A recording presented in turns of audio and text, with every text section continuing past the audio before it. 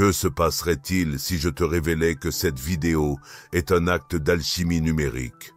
Tu n'es pas arrivé ici par hasard, mais parce que quelque chose de très profond en toi, ce feu intérieur qui a toujours brûlé, t'a guidé jusqu'ici. Dans l'univers, régi par les lois hermétiques, le hasard n'est qu'un nom que nous donnons à la synchronicité quand nous oublions d'en comprendre la signification. Chaque pensée que tu as eue, chaque question sans réponse, chaque nuit d'insomnie à chercher des réponses, tout cela t'a mené à ce moment précis. Le Kybalion est un miroir. Et si ces mots résonnent en toi, c'est parce que tu reconnais la vérité que tu as toujours su, mais que le monde t'a fait oublier. Tu n'es pas ici pour apprendre, mais pour te souvenir. Dans les prochaines minutes, je vais te révéler comment appliquer les 7 principes hermétiques pour transformer le chaos en ordre, faire en sorte que l'univers réponde à ton état intérieur et faire de chaque synchronicité un langage déchiffrable. Mais d'abord, un pacte entre initiés. Laisse immédiatement un like avec le sceau d'Hermès. Ce pouce levé n'est pas un simple geste, c'est un symbole de reconnaissance. Alors je saurai que tu n'es pas un simple spectateur, mais un chercheur prêt à recevoir le feu du savoir. Bien avant la science moderne, même avant que les religions ne se structurent telles que nous les connaissons aujourd'hui, il y avait un nom murmuré entre prêtres philosophes et initiés. Hermès Trismégiste, 3 fois grand, 3 fois maître, 3 fois initié aux mystères les plus profonds de la création. C'est le point de rencontre de 2 cultures anciennes. En Égypte, il était Thoth, dieu de la sagesse de l'écriture et du temps. En Grèce, il est devenu Hermès, le messager des mondes, le protecteur de la connaissance cachée et de la communication divine. La fusion de ces 2 figures a donné naissance à un archétype si puissant que son influence a perduré à travers les siècles, dissimulé dans des symboles, des nombres et des mots codés. Hermès était considéré comme le fondateur de la première école des mystères en Égypte, un temple où la connaissance n'était pas simplement transmise, mais vécue par ceux qui étaient préparés à la recevoir. Vos enseignements étaient si secrets, si scellés, qu'ils ont donné naissance aux termes que nous utilisons encore aujourd'hui. Connaissance hermétique, une sagesse fermée, inaccessible au regard superficiel, réservée uniquement aux initiés, comme une crypte spirituelle qui garde les lois régissant l'invisible. On lui attribue environ 35 œuvres, dont beaucoup se sont perdues dans les incendies qui ont détruit la bibliothèque d'Alexandrie. Mais une petite partie a survécu. Et c'est cette étincelle qui a enflammé la flamme d'une œuvre qui s'étendrait à travers les siècles. Le Kybalion. Écrit en 1908 par des auteurs ayant choisi de rester anonymes, se désignant uniquement comme les 3 initiés. Le Kybalion, loin d'être un simple ouvrage grand public, est un traité, un recueil codifié qui synthétise toute l'essence de l'hermétisme originel. Bien qu'il semble récent, ses fondements sont anciens. Le langage a peut-être été adapté au monde moderne, mais le contenu vibre de la même énergie que les hiéroglyphes gravés dans les pierres du temple de Thoth. Cette tradition orale et vibratoire n'a jamais eu vocation à être populaire. C'est pourquoi peu de gens en ont entendu parler, et encore moins l'ont comprise. Tout est esprit, l'univers est une pensée vivante. Et c'est précisément cet héritage silencieux, transmis presque invisiblement, qui donne un impact si profond au premier principe révélé dans le Kybalion, le mentalisme. Selon cette loi, tout ce qui existe, absolument tout, est esprit. L'univers entier avec ses planètes, ses galaxies, les cycles de la nature, les émotions humaines, les idées et les souvenirs, est une pensée vivante vibrant dans la conscience du tout. Ce n'est pas une métaphore. Pour les initiés, c'est littéral. Vous n'observez pas l'univers de l'extérieur, vous en faites partie. Plus encore, vous êtes dans l'esprit de Dieu. Imaginez un esprit si vaste, si puissant, que tout ce qu'il pense se manifeste en réalité. C'est l'essence du tout, la conscience primordiale, la source. Les hindous l'ont appelé Mahatma, l'esprit cosmique. Les gnostiques l'ont nommé plérôme, les hermétistes simplement le tout. Mais qu'est-ce que cela signifie dans la pratique? Cela veut dire que la réalité que vous vivez en ce moment est directement déterminée par la qualité de vos pensées. Tout commence à l'intérieur. Rien ne bouge là-haut sans d'abord bouger ici. L'esprit est la matrice. Ta perception, tes schémas mentaux, tes croyances les plus profondes. Tout cela fonctionne comme le pinceau avec lequel tu peins ton existence. C'est comme si nous vivions dans une simulation, mais une simulation créée par des lois spirituelles. Et la partie la plus étonnante, c'est que tu participes activement à cette création. Tes pensées, émotions, intentions et états vibratoires influencent directement les événements qui t'entourent. Cette vérité est la base de tout ce que les anciens maîtres ont enseigné. C'est pourquoi Bouddha a dit que la souffrance naît de l'esprit. C'est pourquoi Jésus a dit que la foi peut déplacer des montagnes. Et c'est pourquoi Hermès a révélé que tout est mental. La physique quantique moderne commence à s'aligner avec cette idée. Le célèbre effet observateur, qui montre comment le comportement des particules change selon la présence d'une conscience observatrice, est l'un des nombreux indices que l'esprit influence la matière. Alors si l'univers est esprit, et que tu es une étincelle de cet esprit suprême, qu'est-ce qui t'empêche de façonner consciemment ta vie? Et lorsque tu commences à comprendre que tout est esprit, que la réalité se modèle de l'intérieur vers l'extérieur, une question se pose. Alors, pourquoi les choses semblent-elles se produire de manière si aléatoire? Pourquoi certaines personnes souffrent-elles tant, tandis que d'autres vivent la vie avec une apparente aisance? La réponse se trouve dans ce que le Kybalion révèle de manière explicite. Tout se passe selon une loi. Le hasard n'existe pas. Ce que nous appelons chance, coïncidence ou destin est, en réalité, juste une loi spirituelle que nous n'avons pas encore reconnue. L'univers n'est pas un chaos aléatoire, c'est une symphonie parfaite gouvernée par 7 lois universelles. Et ces lois n'ont pas besoin de ta foi pour fonctionner, tout comme la gravité ne cesse pas d'agir parce que tu n'y crois pas. Les lois hermétiques agissent constamment dans ta vie, même si tu n'en as pas conscience. L'une des plus importantes est la loi de cause à effet. Tout ce que tu expérimentes aujourd'hui est une conséquence directe de causes mises en mouvement dans le passé. Pas seulement des actions, mais aussi des pensées, des émotions et des vibrations que tu as entretenues au fil du temps. C'est cela le karma, c'est cela la physique subtile, c'est cela l'hermétisme dans sa forme la plus pure. Pour illustrer plus clairement ce principe, je vais vous raconter une courte histoire qui l'illustre parfaitement. Dans un village entouré de montagnes, vivait un vieux jardinier réputé pour son calme et sa sagesse. Chaque jour, il prenait soin de ses plantes avec une grande patience, même lorsque le soleil brûlait ou que la pluie détruisait son jardin. Un jeune du village, frustré par ses échecs, demanda au vieil homme pourquoi sa vie semblait si difficile, alors que lui paraissait vivre en paix. Le vieux jardinier sourit et dit « Viens tôt demain matin, je veux te montrer quelque chose. » Le lendemain matin, ils montèrent au sommet d'une colline avec une graine. Le vieux lui demanda de la planter et de revenir chaque jour pour l'arroser. Au début, rien ne se passa. Après plusieurs semaines, un petit bourgeon apparut. Le jeune commença à sourire, mais un jour de tempête, le vent arrache le bourgeon.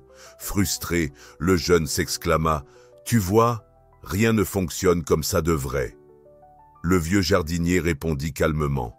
« Veux-tu récolter un chêne avec la patience d'une fleur? Ce n'était qu'une cause parmi des millions. Ta vie est la somme de toutes les graines que tu as plantées, que tu en sois conscient ou non. Certaines germent rapidement, d'autres mettent des années. Certaines, tu les as oubliées et enterrées, mais aucune graine n'échappe à la loi. Cette simple histoire saisit l'essence de la loi de cause à effet. Tu n'es pas à la merci de forces invisibles qui jouent avec ta vie. Tu expérimentes les effets des causes que tu as déjà déclenchées ou acceptées inconsciemment. Tout ce que tu vibres, penses, ressens, désires, rejettes, te revient comme expérience, rythme et retour. Le chemin n'est pas linéaire, et c'est précisément en comprenant que tout ce que l'on vit est le résultat des causes activées par nous que l'on commence à percevoir la logique derrière les hauts et les bas de notre parcours. Mais même avec cette compréhension, il y a des moments où tout semble s'effondrer. Tu fais un pas en avant et as l'impression de reculer de 2 pas. Cette sensation de recul peut être frustrante. Pourtant, cela est aussi régi par l'une des 7 lois, la loi du rythme. Cette loi nous enseigne que tout dans la vie bouge comme un pendule. Tout coule, tout a son flux et son reflux. Émotion, énergie, relations, finances, santé, spiritualité. Il y a une oscillation constante, parfois subtile, parfois intense, mais cela ne s'arrête jamais. Rien ne monte ni ne descend pour toujours. Tout comme la mer a ses marées, comme le jour se transforme en nuit, comme l'hiver précède le printemps, ta vie suit aussi des cycles inévitables. Ces cycles ne sont pas un échec, ils font partie de la mécanique sacrée de l'univers. Le marché financier lui-même, par exemple, illustre parfaitement cette loi. Les analystes expérimentés savent que la croissance continue est une illusion. Il y aura toujours des périodes de correction. Le secret est de ne pas paniquer dans les creux et de ne pas se laisser illusionner par les sommets. C'est le rythme. Voici une clé encore plus profonde. Platon disait que l'âme évolue en spirale. Cela signifie que, même si tu as l'impression de revenir au même point, tu n'es pas au même endroit qu'avant. Tu revisites ce point depuis un nouveau niveau de conscience. C'est comme gravir une montagne en spirale. Tu traverses les mêmes contours, les mêmes paysages, mais à chaque fois à une altitude supérieure. Ce qui t'émouvait autrefois profondément te touche à peine désormais. Ce qui paraissait être une fin n'est plus qu'une étape du voyage. La régression est donc une illusion. Ce n'est que la courbe de la spirale de ta propre transformation. Observe comment cela change tout. Quand tu acceptes ce rythme, tu cesses de lutter contre les cycles. Apprends à utiliser les phases d'introversion pour plonger en toi-même et les phases d'expansion pour manifester en pleine conscience. Le secret n'est pas d'éviter le mouvement, mais d'apprendre à danser avec lui. Et si le rythme nous montre que tout oscille, la polarité nous révèle que tout possède aussi 2 faces d'une même essence. La vie n'est pas faite d'opposés absolus, mais de variations de fréquences au sein d'une même ligne vibratoire. Ce que nous appelons froid et chaud par exemple ne sont pas des substances différentes, mais simplement des intensités différentes d'un même phénomène, la température. Il en va de même pour des émotions comme la peur et l'amour, la tristesse et l'excitation, le chaos et l'ordre. Ces paires apparemment opposées sont reliées par un pont invisible, le degré de vibration. Plus la vibration est élevée, plus son expression est intense. La matière vibre lentement, c'est pourquoi elle paraît solide, dense et limitée. Lorsque la vibration s'accélère, la matière se transforme en énergie. Encore plus vite, elle devient lumière, plus rapidement encore, esprit. Et au point le plus élevé, cette vibration fusionne avec le soi, ce que nous appelons Dieu. Là réside le secret de la transmutation. Tu n'as pas besoin de cesser d'être qui tu es, ni de tenter d'éliminer ton ombre. Il te suffit d'élever la vibration de ce qui existe déjà en toi. La peur peut se transformer en courage, l'attachement peut devenir un amour conscient, la colère peut se muer en une action transformative, et la douleur peut devenir un catalyseur d'éveil. C'est l'essence de la véritable alchimie, ne pas transformer le plomb en or physique, mais transmuter les états intérieurs, élever la vibration d'un état inférieur à un état supérieur, sans nier la nature de ce qui est en transformation. Tout comme un alchimiste travaille avec le feu, le temps et l'intensité de la flamme pour créer l'élixir, le praticien de la sagesse hermétique apprend à observer ses propres états intérieurs et à agir avec l'intention d'élever sa propre fréquence. C'est l'alchimie intérieure, c'est la maîtrise vibratoire, c'est l'éveil. Et à ce stade du voyage, quelque chose commence à bouger, silencieusement mais puissamment, en toi. Un changement presque imperceptible mais transformateur. À mesure que tu appliques les principes hermétiques et que tu cultives la pratique de la transmutation intérieure, tu deviens plus conscient de toi-même. Et avec cette nouvelle conscience, tu réalises que ce que tu appelais autrefois ton but de vie n'était peut-être qu'une invitation, une balle lancée en avant par ton âme, non pas comme une destination finale, mais comme un outil que l'univers a utilisé pour te faire avancer. Combien de fois as-tu poursuivi quelque chose de toutes tes forces, croyant que c'était le sommet de ta mission, pour te rendre compte, une fois atteint, que cela n'avait plus de sens?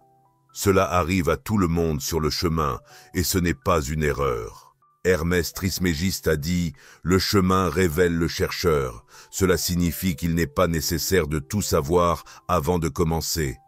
Le voile se lève au fur et à mesure que tu progresses. Tu te découvres par la recherche. Chaque désir, chaque objectif, chaque rêve qui a un jour battu en toi était le reflet exact de ta conscience à ce moment-là.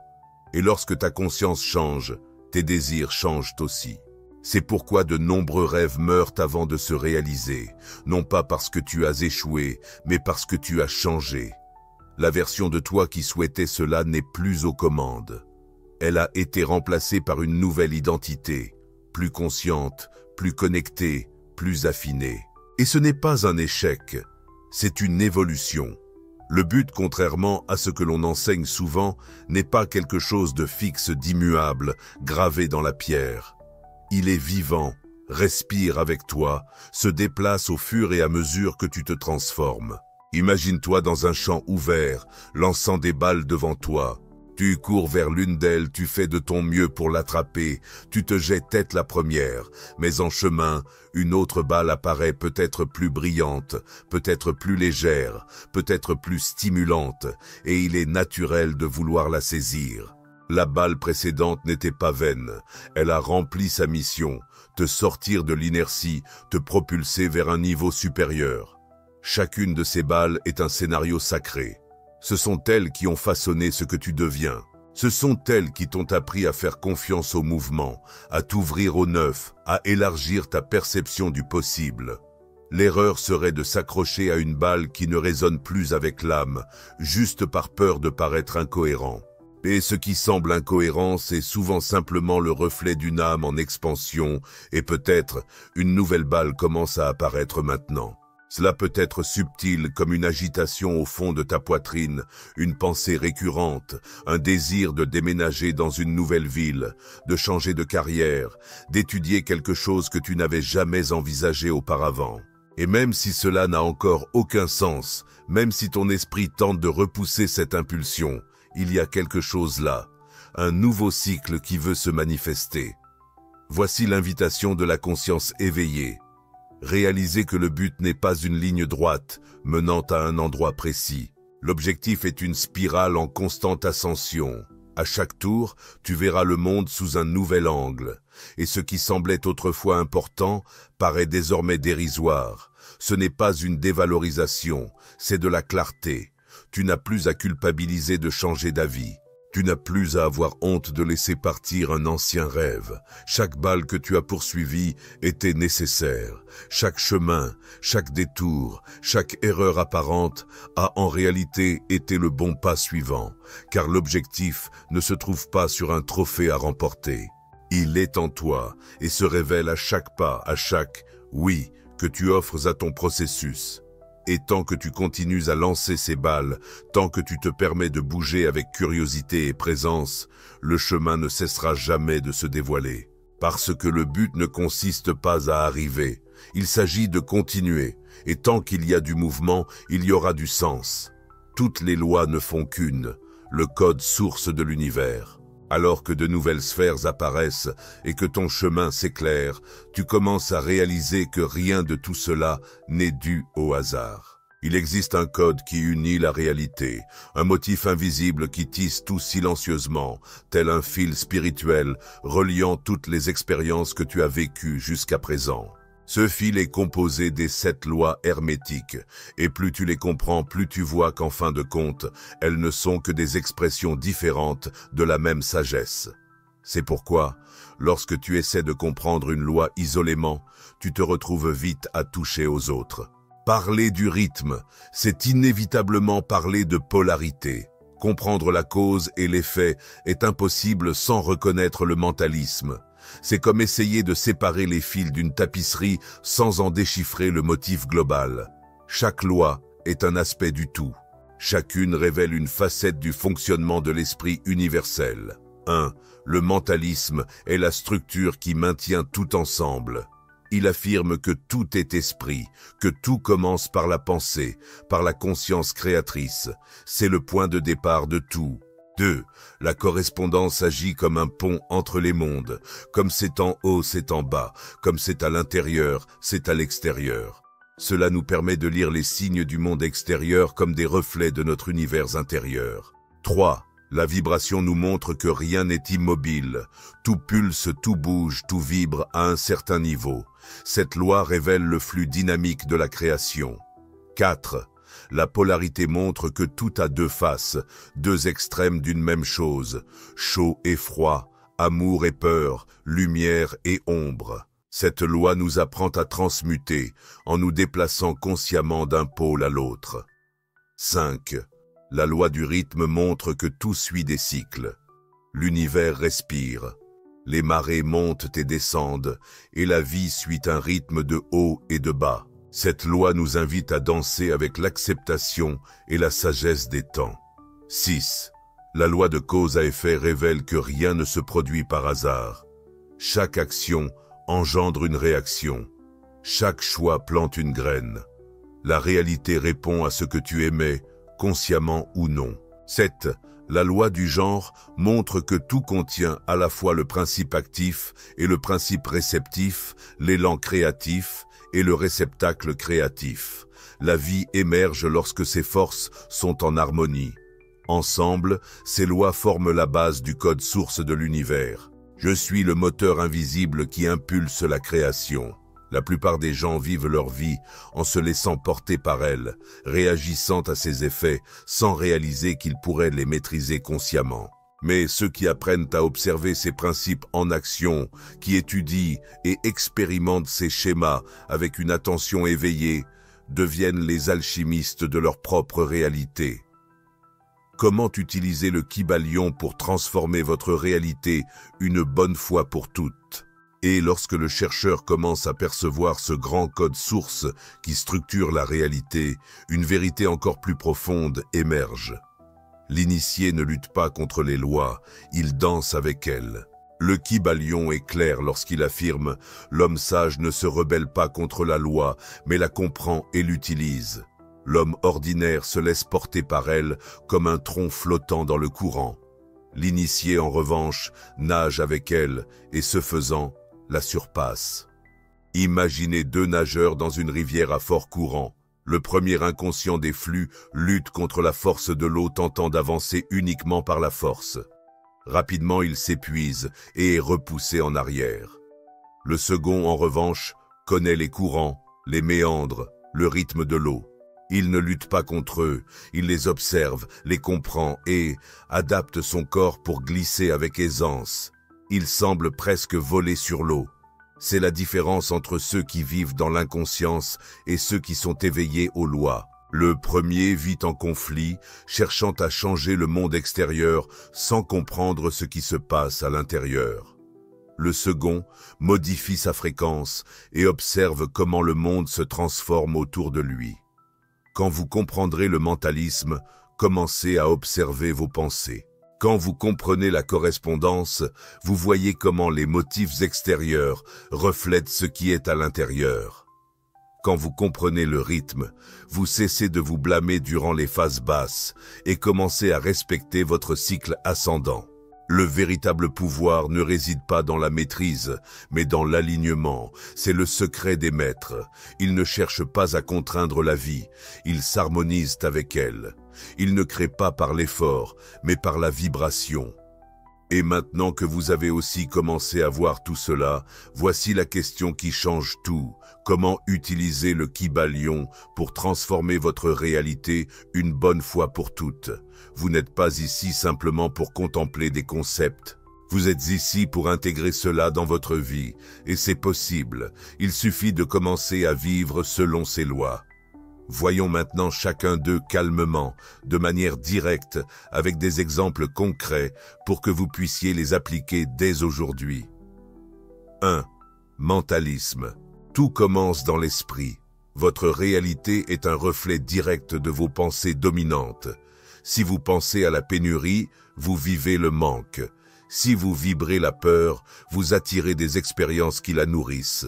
Que faire? Observez votre dialogue intérieur. Commencez votre journée par des affirmations positives. Visualisez chaque jour la réalité que vous souhaitez vivre, comme si elle était déjà là.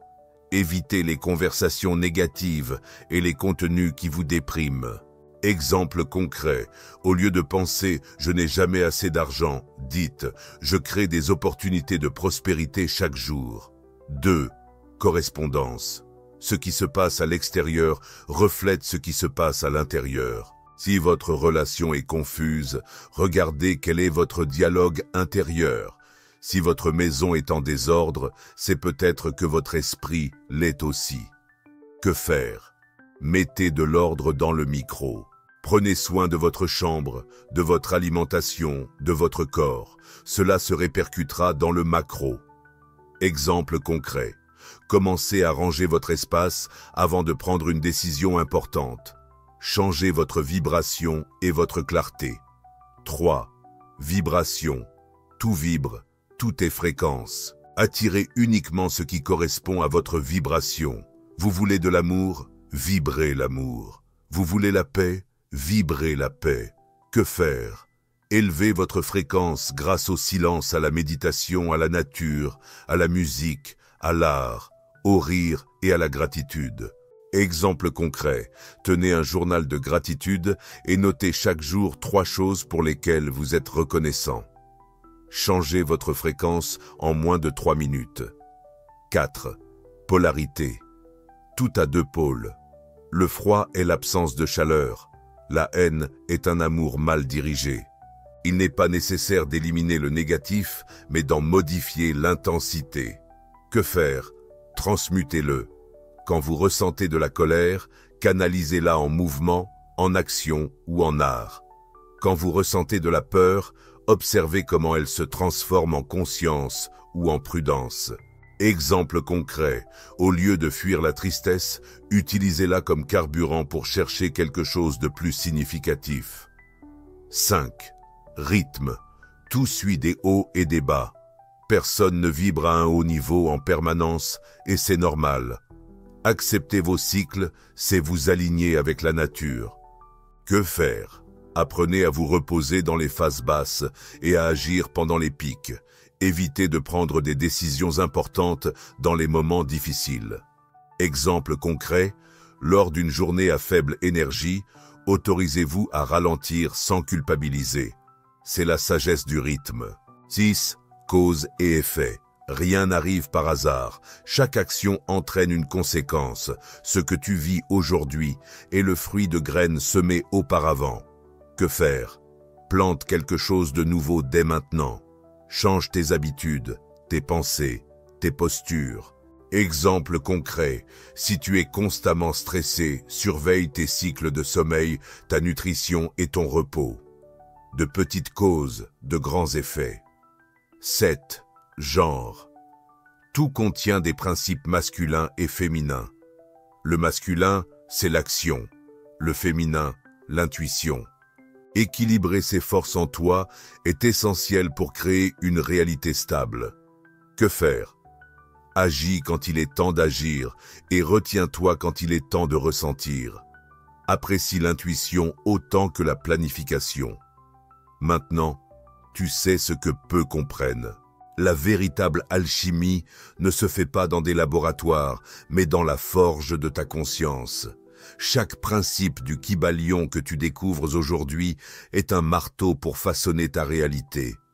Mais attention, la connaissance sans application est comme de l'or brut, brillant mais inutile. Voici ta prochaine étape. Laisse un j'aime en conscience. Ce n'est pas un j'aime ordinaire. C'est un sceau magique qui dit « Je suis prêt. Écris cette loi dans les commentaires. Chaque mot partagé crée une onde dans le champ quantique. Rejoins l'école hermétique. Inscris-toi car l'éveil n'est pas un événement, mais un voyage que nous faisons ensemble. L'univers vient de te murmurer la première leçon. La suivante arrivera au moment précis où tu seras prêt à la recevoir. Stade Rosa Pristina Nomina, Nomina Nud Tenemos. À très bientôt.